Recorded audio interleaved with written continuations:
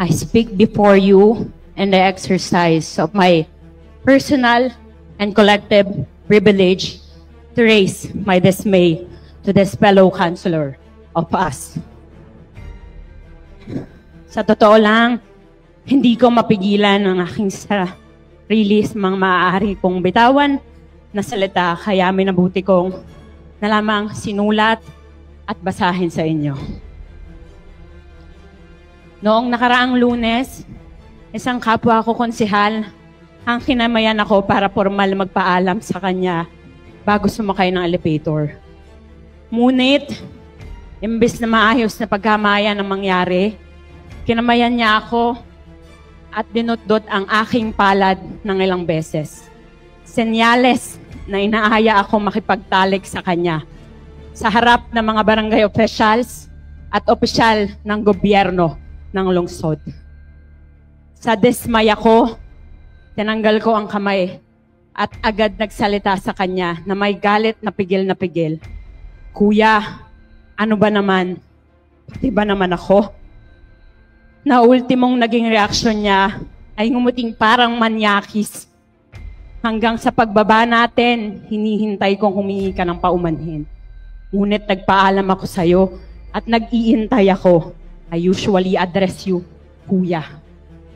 Dahil nire-respeto kita, na tuluyan tayong maghiwalay na patungo sa parking.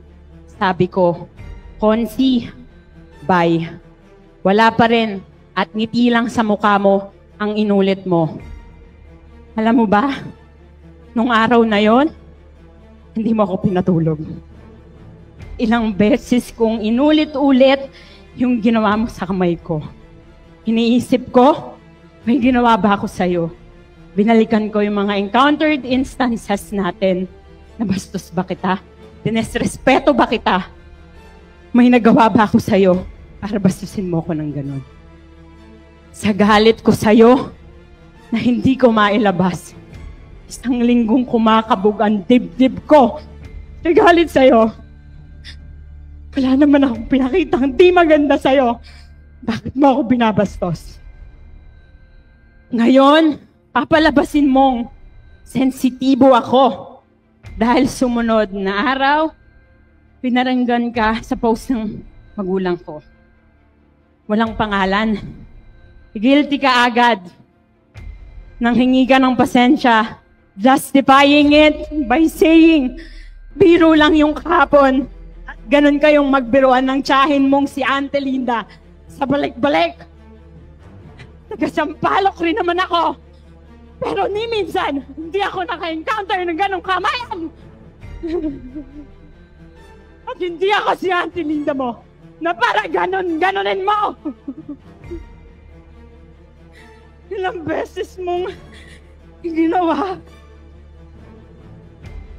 Sabi mo sa mga ilang kapwa nating konsehal dito, isang beses mo lang ginawa sa akin. Maipaalala ko sa'yo, bago ang okasyon ng Lunes last week, ongoing ang session. Anong ginawa mo sa akin? Pagkatapos magsalita doon, kasama si Konsehal DJ, dinibati si Kotsi Uno, lumapit ka dyan, bumalik ka sa upuan mo. Gusto lang kitang batiin na ang galing mong magsalita. Suminyales ako sa'yo ng high five, binaba ko, anong ginawa mo? Dinot-dot mo na naman yung kamay ko!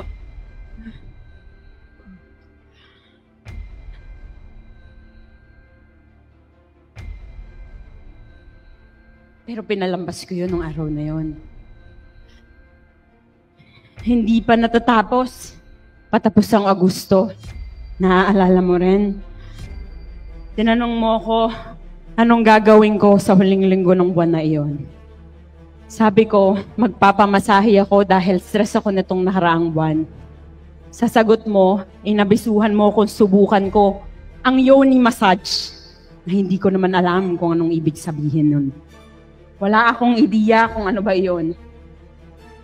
Yung mukha mo habang kinukwento ang massage na iyon ay para bang nagpipigil ng tawa dahil sabi mo, nag-training ka sa China noon.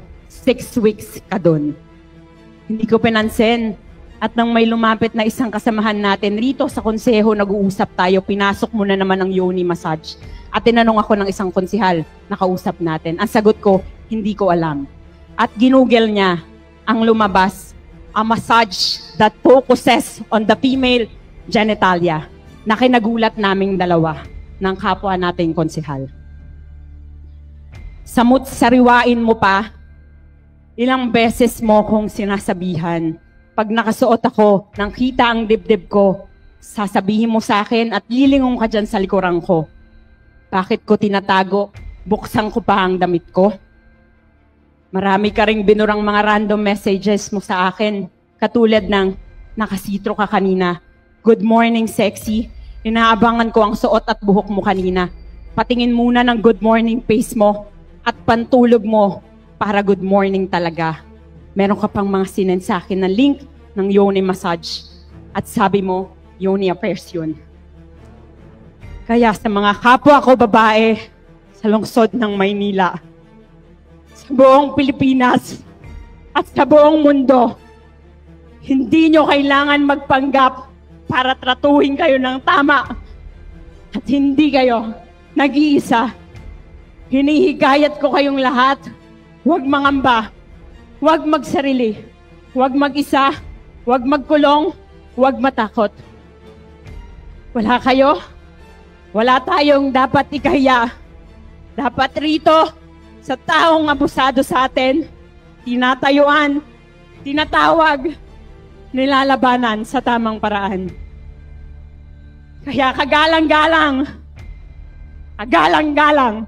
Ryan Ponce, shame on you for treating us women like an object. Hindi ba matanggap ng ego mo? Katrabaho mo ang isang babae sa loob ng plenaryang to? Kaya gusto mong binabastos kami para ma-uplift ang pagkalalaki mo. Tumayo ako rito para maging ehemplo. Sabi ko,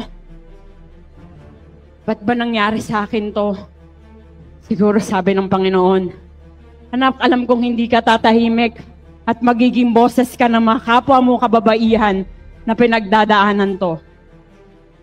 Naway magsilbing aral sa ating lahat to. Alam nyo, kadalasan, sa mga nababalitaan ko at napapanood, sa isang work environment, may stigma. Pag nilabanan mo ang mga tulad neto, lagi kang na-isolate, making you feel like may mali sa'yo for standing. Kaya maraming nagpapakamatay eh. Bihira ang gustong makinig at umintindi. Was this worth it? Yes! Is it worth it for my sanity?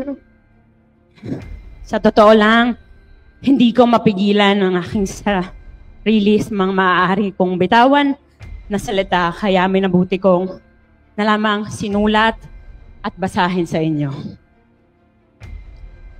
Noong nakaraang Lunes, isang kapwa ko konsehal ang kinamayan ako para formal magpaalam sa kanya bago sumakay ng elevator.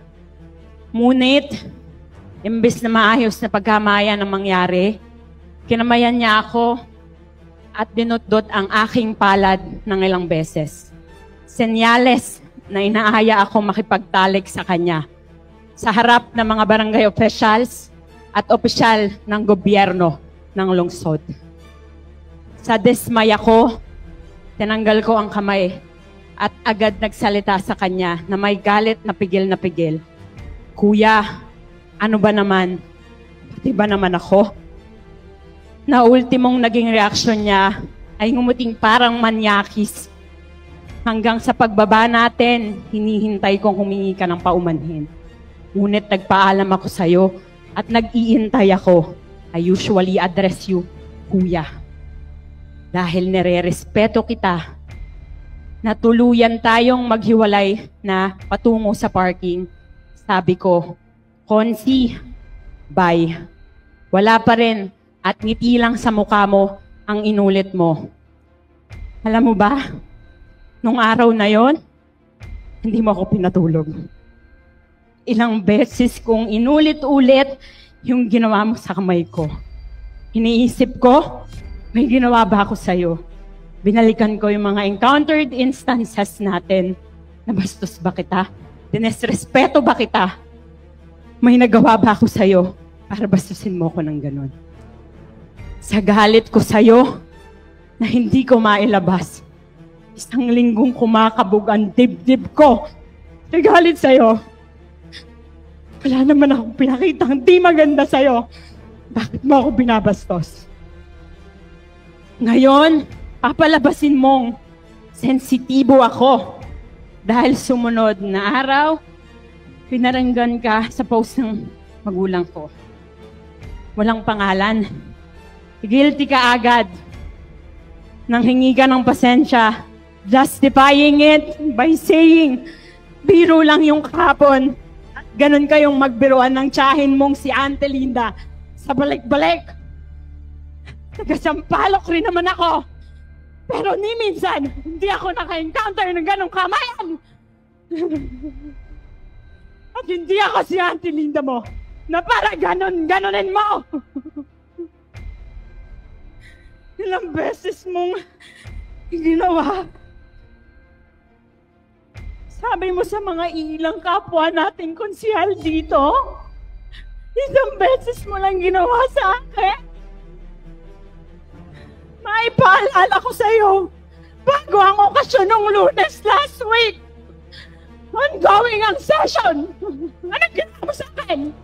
Pagkatapos mo magsalita doon, kasama si Konsihal DJ, dinibati si Kotsi Uno. Lumapit ka dyan, bumalik ka sa upuan mo. Gusto lang kitang batiin na ang galing mong magsalita.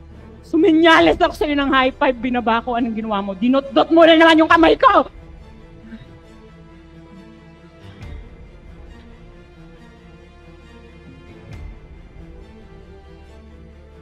Pero pinalambas ko yun nung araw na yun. Hindi pa natatapos. Patapos ang Agosto. Naaalala mo rin. Tinanong mo ko, anong gagawin ko sa huling linggo ng buwan na iyon? Sabi ko, magpapamasahe ako dahil stress ako nitong nakaraang buwan. Sa sagot mo, inabisuhan mo kung subukan ko ang yoni massage na hindi ko naman alam kung anong ibig sabihin nun. Wala akong ideya kung ano ba iyon. Yung mukha mo habang kinukwento ang massage na iyon ay para bang nagpipigil ng tawa dahil sabi mo, nag-training ka sa China noon. 6 weeks ka doon. Hindi ko pinansin. At nang may lumapit na isang kasamahan natin rito sa konseho, nag-uusap tayo, pinasok mo na naman ang yoni massage. At tinanong ako ng isang konsehal, nakausap natin. Ang sagot ko, hindi ko alam. At ginugel niya ang lumabas, a massage that focuses on the female genitalia na kinagulat naming dalawa ng kapwa nating konsehal. Samot sariwain mo pa, ilang beses mo kong sinasabihan, pag nakasuot ako nang kita ang dibdib ko, sasabihin mo sa akin at lilingon ka dyan sa likuran ko. Bakit ko tinatago? Buksan ko pa ang damit ko? Marami ka ring binurang mga random messages mo sa akin, katulad ng nakasitro ka kanina. Good morning, sexy. Inaabangan ko ang suot at buhok mo kanina. Patingin muna ng good morning face mo at pantulog mo para good morning talaga. Meron ka pang mga sinend sa akin na link ng yoni massage. At sabi mo, yoni affairs yun. Kaya sa mga kapwa ko babae sa lungsod ng Maynila, sa buong Pilipinas, at sa buong mundo, hindi nyo kailangan magpanggap para tratuhin kayo ng tama. At hindi kayo nag-iisa. Hinihikayat ko kayong lahat, huwag mangamba. Huwag magsarili, huwag mag-isa, huwag magkulong, huwag matakot. Wala kayo, wala tayong dapat ikahiya. Dapat rito, sa taong abusado sa atin, tinatayuan, tinatawag, nilalabanan sa tamang paraan. Kaya kagalang-galang, Ryan Ponce. Shame on you for treating us women like an object. Hindi ba matanggap ng ego mo? Katrabaho mo ang isang babae sa loob ng plenaryang to. Kaya gusto mong binabastos kami para ma-uplift ang pagkalalaki mo. Tumayo ako rito para maging ehemplo. Sabi ko, ba't ba nangyari sa akin to? Siguro sabi ng Panginoon, anak, alam kong hindi ka tatahimik at magiging boses ka ng mga kapwa mo kababaihan na pinagdadaanan to. Naway magsilbing aral sa ating lahat to. Alam niyo, kadalasan, sa mga nababalitaan ko at napapanood, sa isang work environment, may stigma. Pag nilabanan mo ang mga tulad neto, lagi kang na-isolate, making you feel like may mali sa'yo for standing. Kaya maraming nagpapakamatay eh. Bihira ang gustong makinig at umintindi. Was this worth it? Yes! Is it worth it for my sanity? Maraming salamat po.